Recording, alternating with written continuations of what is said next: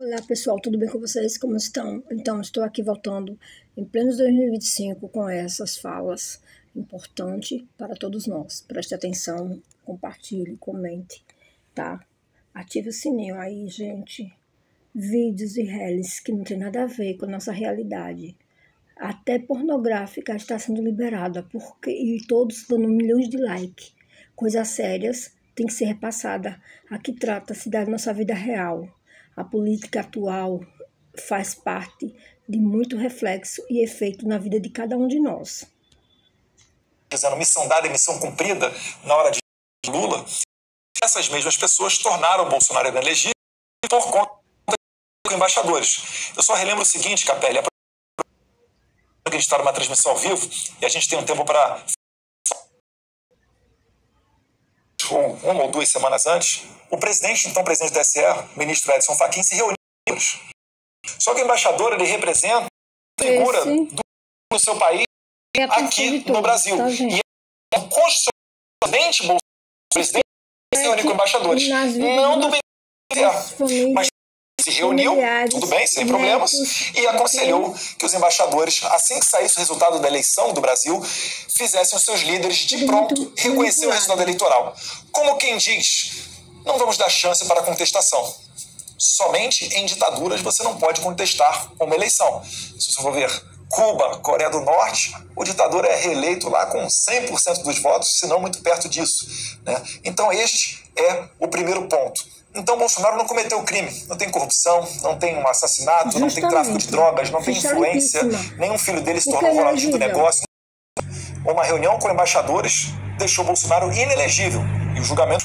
E a segunda questão que o tornou inelegível é ele ter acabado a parada militar de 7 de setembro, cruzou a rua e foi falar com seus apoiadores, uma multidão de 500 mil de pessoas na esplanada dos ministérios, caminhoneiro, gente do agro, população, enfim, pessoas que vibram com o país, e ele deu um discurso. O brasileiro realmente é seguro. Mas eles não fazem isso por quê? Porque todos nós já vimos o inquérito número 1361, se não me engano, da Polícia Federal, que apurou uma invasão hacker na eleição de 2018. E aí está um outro diferencial. Em 2018, a revista Tecmundo falou com um hacker em anonimato e ele disse que invadiu os sistemas do TSE. A então ministra, presidente do TSE, Rosa Weber, mandou a Polícia Federal abrir um inquérito. E ele foi aberto.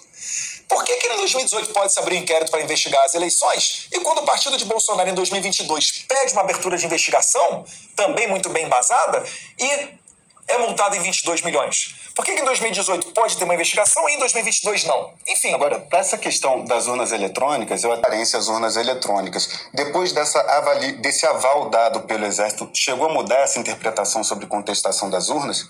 Olha, nós temos moral para pedir essa contestação porque nós fomos vitoriosos. O que a gente quer é uma transparência maior, um aperfeiçoamento do sistema eleitoral. Eu acredito que, em que pese o trabalho do Exército, que eu não tenho certeza se chegou à conclusão de que as urnas são auditáveis. Porque o TSE fala que são auditáveis, mas por conceito não é uma auditoria. É necessário de uma terceira parte conseguir fazer uma auditoria, e a auditoria em meio eletrônico ela seria muito mais eficiente com o voto impresso. O Stumpf, que era o chefe do Estado-Maior, afirma que sim, que houve essa auditoria. O Stumpf que está na Pompex. Perfeito. Eu vou discordar dele então. Tá? Porque a pergunta que eu faço, por que o presidente do TSE, então o ministro Luiz Roberto Barroso, teve que conversar com 11 presidentes de partido e enterrar a lei do voto impresso? Justamente. O que tem no TSE? Qual o problema? A interferência do Poder Judiciário, que é quem julga deputados e senadores, de entrar no Congresso Nacional e se meter no processo legislativo. O processo legislativo é algo que cabe parlamentares eleitos, não a pessoas que não tiveram nenhum voto. Então o ministro Luiz Roberto Barroso, ele nesse momento prestou um desserviço à sociedade. Eles foram agentes de estresse da eleição. Eles deram causa a esse âmbito de revolta. Porque é o seguinte, a gente entra no TSE pedindo investigação. Simples assim, ele multa 22 milhões de Valdemar da Costa Neto, presidente do partido, depois ainda pega o passaporte dele, medidas ali que ele não pode conversar com Jair Bolsonaro, que é uma clara interferência eleitoral também, e quando o Poder Judiciário tem que ser inerte. O Poder Judiciário, eu sou formado em Direito, sou advogado, eu aprendi que é o poder inerte, que eles têm que esperar os outros demandarem e eles falam dentro dos autos. Só que tá uma loucura hoje, eles estão se metendo até em processo eleitoral. Eu entendo que haja ponderações, sim, mas na questão macro, A Vaza Jato foi o que embasou uma anulação. Exatamente. Trouxe a atmosfera para que fosse propiciado isso. Exatamente. O que comprova que o STF é um tribunal muito mais político hoje em dia. Em relação aos processos de inelegibilidade... Tá vendo como é que dá para ter esperança com o Bolsonaro? Isso. Mas qual é o ponto que dá essa esperança de que haverá uma mudança no entendimento da Corte Eleitoral em relação ao Bolsonaro? Aí eu lhe pergunto uma coisa.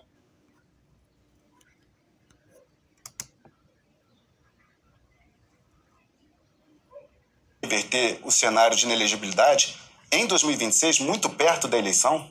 Eu acredito que sim, porque reverter a elegibilidade amanhã ou próximo da eleição não vai mudar o sentimento do brasileiro. Bolsonaro está inelegível, não é mais presidente, mas por onde ele passa ele arrasta uma multidão. Mesmo logo depois da posse do Lula, Bolsonaro por onde passa. Poxa, eu acompanhei meu pai em Orlando, período que ele ficou 3 ou 4 meses ali nos Estados Unidos. Era fila de pessoas na porta da casa dele. A cada 1 ou 2 horas ele saía de casa para bater foto com umas 50 pessoas. Todos nós sabemos já. Então, mas vai ser muito mais equilibrado do que o Alexandre de Moraes. Poxa, você falou da vazatória.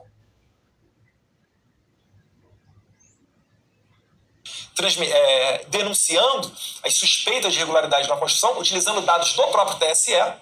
Essa live hoje ela é proibida aqui na democracia brasileira. Você tem que ligar o seu VPN. Foi negado esse pedido de afastamento. A defesa deve persistir nesses... Olha, com certeza, né? Rui Barbosa já dizia, Rui Barbosa tem um busto no Senado Federal. A pior ditadura é a judiciária, porque dela não há quem recorrer. Então a gente tem que ir para todos os cantos. É humilhante, porque o Brasil não consegue resolver esse problema sozinho. O juiz que estava pedindo a minha prisão por tirar uma foto com uma bandeira de um blog da Argentina, o La Derecha Diário, é o mesmo que vai nos julgar. Ele se diz vítima, ele acusa, ele conduz as investigações, ele faz tudo. Ele ouviu o CID antes de mandar o inquérito da PF para a PGR. Exatamente. Isso é uma loucura. Falando da configuração que vai ter ali, não é só a gente que o Bolsonaro indicou, não. Vai ter o ministro Toffoli, que é muitas das vezes mais equilibrado do que o Alexandre de Moraes. Carmen Lúcia, é isso? Sim, dos 7 do TSE será Cássio Nunes, André Mendonça e Dias Toffoli. E depois outros 4 de outros tribunais. O presidente será o Cássio Nunes. E Toffoli é mais equilibrado que Carmen Lúcia, na sua opinião? Na minha opinião, sim. Na minha opinião, sim. Ele é muito menos ideológico. Tá? Obviamente, eu vou concordar com tudo que ele fala. Obviamente que não. Isso daí é natural da democracia. Tá? Mas o Alexandre de Moraes já cruzou muito ali. Já foi muito longe. Isso não é bom nem para o tribunal. Qual seria um instrumento jurídico capaz de ser ingressado ali em 2026 que pudesse acionar a corte? Porque já houve julgamento e recurso. Qual seria? Tem um instrumento jurídico? Novo por ação rescisória, algum tipo de ação rescisória, aí tem que ver com os advogados. Mas sempre há, como eu falei, Lula estava preso inelegível. Tem o registro de candidatura dele, tal como fez Lula quando estava impossibilitado de se candidatar, lança o registro. Uma coisa é certa, Tarcísio não será esse candidato apoiado pela direita. Por quê? Porque se Bolsonaro registrar a candidatura dele até o último momento, Tarcísio não vai se desincompatibilizar antes do meio do ano, deixar o governo de São Paulo para ser esse nome da direita. E eu não sei se é a intenção do Tarcísio. Eu vi uma matéria dessa semana ainda, ele falando que ele pretende se candidatar à reeleição de governador. Ele tem dito isso. Eu acho que seria um caminho natural para o Tarcísio. Tá? Poxa, qualquer pessoa que faça 2 bons mandatos de governador é um presidenciável fortíssimo. Justamente, perfeito. Então, a gente tem muito caminho a percorrer. A política, eu costumo dizer, não é uma maratona. Não é uma corrida de 100 metros, é uma maratona. Então, existe muito caminho ainda. O Tarcísio...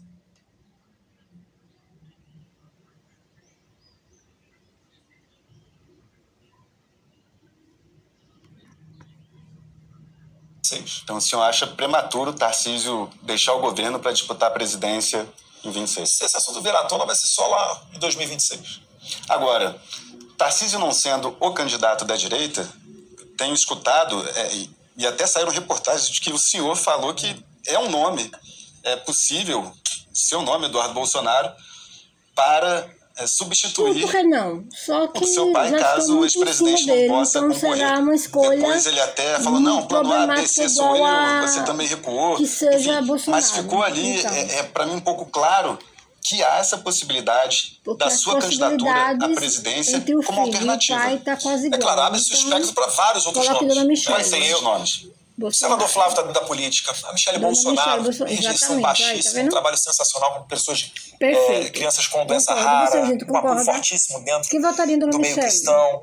Eu digo também uma outra pessoa que não está no radar, mas eu gosto muito também, o governador de Santa Catarina, Jorginho Melo, que tem feito um excelente trabalho, tem feito com sabedoria, pisar fora do politicamente correto e mantendo uma boa governabilidade. É um nome que seria muito bom também ser ventilado, mas não tem várias musculatura política o governador de Santa Catarina, com respeito ao Jorginho Melo, mas quando comparado... Mas o Paulo Marçal tinha musculatura política de disputar o governo, a prefeitura de São Paulo? O Bolsonaro tinha musculatura política, com tempo de televisão, partido, grandes grupos apoiando em 2018. Tá? Mas eram nomes já conhecidos em nível nacional. Assim, né? O Pablo Marçal, por conta da atuação dele como coach, até por conta do episódio da montanha que ele depois soube explorar para tentar, né, reverter isso em fama de forma positiva para ele. Então, assim, a meu ver, não é uma... Jorginho Melo tem 2 anos pela frente aí. Entende? Mas Fernando Collor era do Alagoas. Quem é que diria que um governador de Alagoas, todo respeito, territorialmente pequena população... Peço desculpa por interrompê-lo, mas aí o senhor falou do Jorginho Melo, prossiga com os outros nomes que também são... Eu acho que vai ser mais ou menos por aí. Eu gosto também do senador Rogério Marinho, mas abre-se o espectro. Isso daí eu não me preocupo. Há uma insatisfação será o indicado de presidente Jair Bolsonaro, mas eu tenho muita fé de que ele será o candidato cada vez mais. Há uma insatisfação com o Tarcísio. Eu tenho sentido que no entorno de Bolsonaro há uma insatisfação com o Tarcísio por conta da relação muito próxima do governador de São Paulo com o Gilberto Kassab, presidente do PSD, que é aliado de Lula. E essa insatisfação foi até externada numa entrevista do senador Ciro Nogueira a mim esta semana. Queria saber se o senhor compartilha dessa insatisfação com o Tarcísio. Não. Para mim, o Tarcísio ele tem feito um grande trabalho. Exatamente. Mais uma vez, ter a responsabilidade da caneta de São Paulo é algo muito grandioso. Tá? E a gente tem que ter muita grande coisa a ponto de você abrir espaço para vir o Fernando Haddad. Se o Fernando Haddad fosse governador ao invés do Tarcísio, vocês vão estar vendo não só o aumento dos impostos federais, mas dos impostos estaduais em São Paulo também. Ele estaria seguindo a mesma política do Lula. A política que privilegia o bandido, a política que promete picanha na eleição e depois entrega abóbora. E a gente está vendo essa reforma aqui, que não vai andar dentro do Congresso Nacional, não vai fazer o corte de gastos suficiente, e o pobre vai sofrer ainda mais ano que vem com a inflação. As pessoas sentirão saudades do preço das coisas durante a pandemia. Porque este governo já gastou mais do que o governo Bolsonaro durante a pandemia e não tem qualquer tipo de perspectiva de fazer um ajuste fiscal satisfatório. É como na tua casa, você gastar mais do que... Total. A inelegibilidade. A inelegibilidade de Ronaldo Caiado. Não sei se deu um problema no sistema, porque o retorno saiu, voltou. Queria falar sobre a ineligibilidade de Ronaldo Caiado. Né?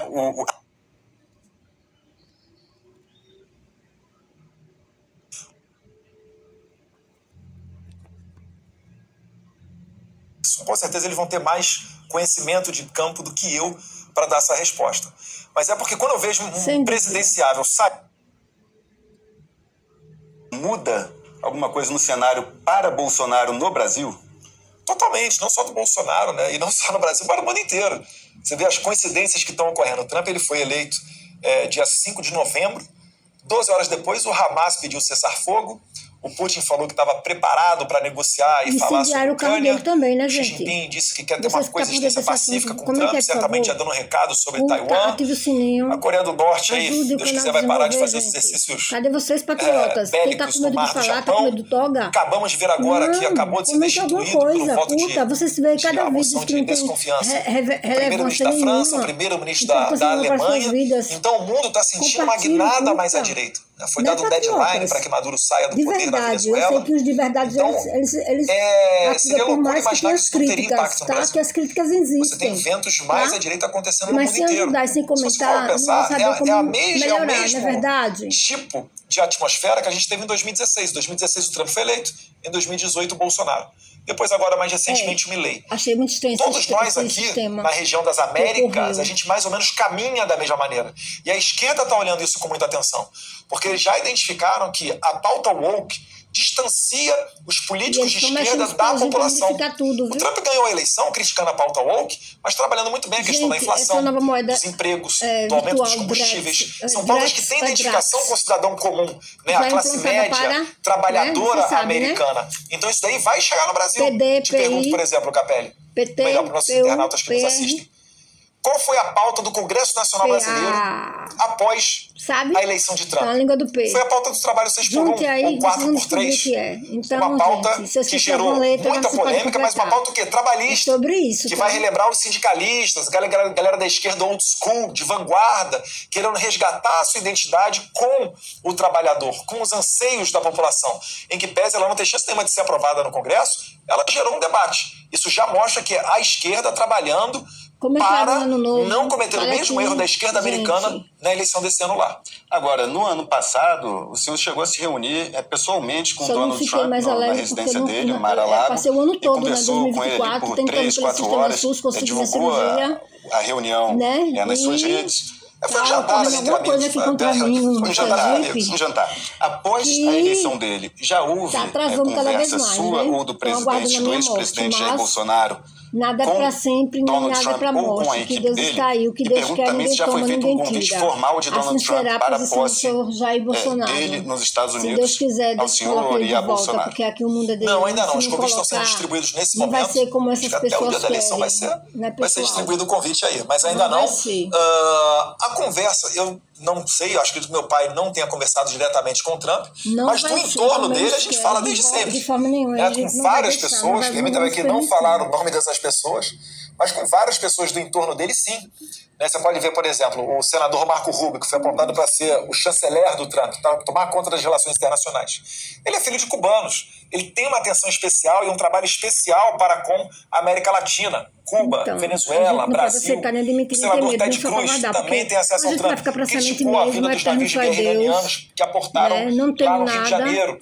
Fala-se lá que está pensando em resgatar esse caso, porque esses navios já são sancionados pelo governo dos Estados Unidos. Que Deus faça justiça, toque no coração de alguém que eu estou deixando todos a conta da minha situação, da dificuldade que está sem sombra de dúvida com relação a isso. E que Trump pode impor sanções ao governo Lula, até pela proximidade que Trump tem com Bolsonaro, pelas críticas que Lula já fez a Donald Trump, que poderia haver uma espécie de sanção, de retaliação ao governo. Se vier acontecer algo de errado, gente, vou dar uma pausa aqui para falar com vocês.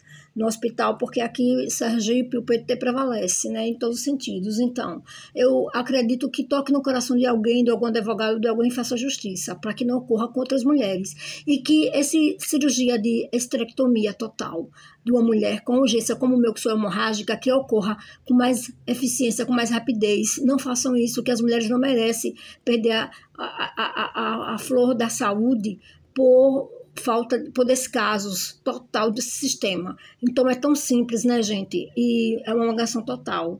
Eu não sou de acordo, vocês são de opinião aí, tá? E ore por mim, e que Deus toque no coração dos médicos, que Jesus seja médico dos médicos e opere a minha cirurgia, seja tudo bem, para que nós juntos aqui, né, nos ajudamos, continue a nos ajudar de forma até melhor. Bolsonaro, nem eu, te garanto, a gente não trabalha por sanções contra o Brasil.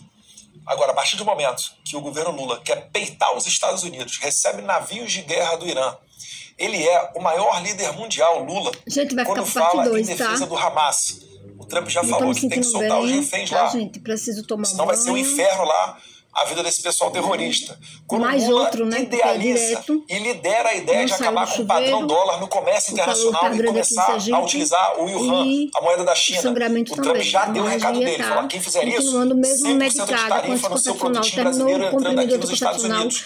Então o Trump ele vai fazer uma política de America First, uma política que privilegia os americanos. Não o Bolsonaro. As pessoas vão Bolsonaro não tem nada a ver com tudo que o Lula está tomando. Não é assim. Inclusive nós somos críticos. Enfermeira me orientando para não fazer isso. Ele parece não está pensando no povo brasileiro. Por que ele faz essa molecagem toda de fazer essas políticas? Ele acha que ele é quem, né, na geopolítica mundial? Ele tem que se preocupar com os brasileiros. Ninguém, Capelli, faz política internacional pensando em conflitos regionais. Essa é a realidade. Porque todo mundo na sua região vai ter um problema, assim como nós aqui estamos com a Venezuela. A pior crise migratória de toda a história da América Latina. Se você for olhar a China que tem com Taiwan, a Coreia do Sul com a Coreia do Norte, os vizinhos ali, o Irã com os outros países do Golfo do Oriente Médio, a Ucrânia com a Rússia. O que a gente precisa ser é pragmático. O que vai trazer benefício para o Brasil? Agora, o Lula não está pensando nisso. Se comprar briga com o Trump, vai sair muito arranhado. Agora, em que pesem as suas críticas ao presidente Lula, a advogada conhece muita gente porque não me ajudou. O ano todo, no início do ano, não tinha nem ainda os trâmites da política dela. Tanto que ela está ocupada, tudo bem, mas não foi essa questão da ocupação. Foi no início do ano, é crente, o marido é pastor da quadrangular. A crise econômica que está por conta da deve máquina ter uma pública, igreja, né, em Aracaju. Estar no comando da máquina pública, sim, e porque faltam 2 anos ainda para a economia, e que é possível que vários cenários aconteçam no campo econômico. Caso ele ajeite a casa, tudo mais, que Lula seria um candidato mais forte do que em 2022. Então, é complicado. Gente. Pela sua intervenção aqui durante a minha pergunta, acredito que o senhor discorda. Eu discordo plenamente, porque o Lula ele tem 2 decisões que podem ser tomadas, 2 caminhos a ser seguidos. Ou ele faz um pacote de ajuste fiscal, onde ele vai reduzir os seus gastos e, consequentemente, ele vai reduzir o seu apoio político, ou ele corta ministério, ou ele vai deixar um monte de gente que está em volta dele só por causa do dinheiro, etc. Ele vai cortar o dinheiro dessa galera e vai perder esse apoio político. Ele não vai fazer isso porque ele coloca o poder em primeiro lugar, não o interesse das pessoas. Então, ele não vai tomar esse caminho de ajuste fiscal rigoroso. Não vai.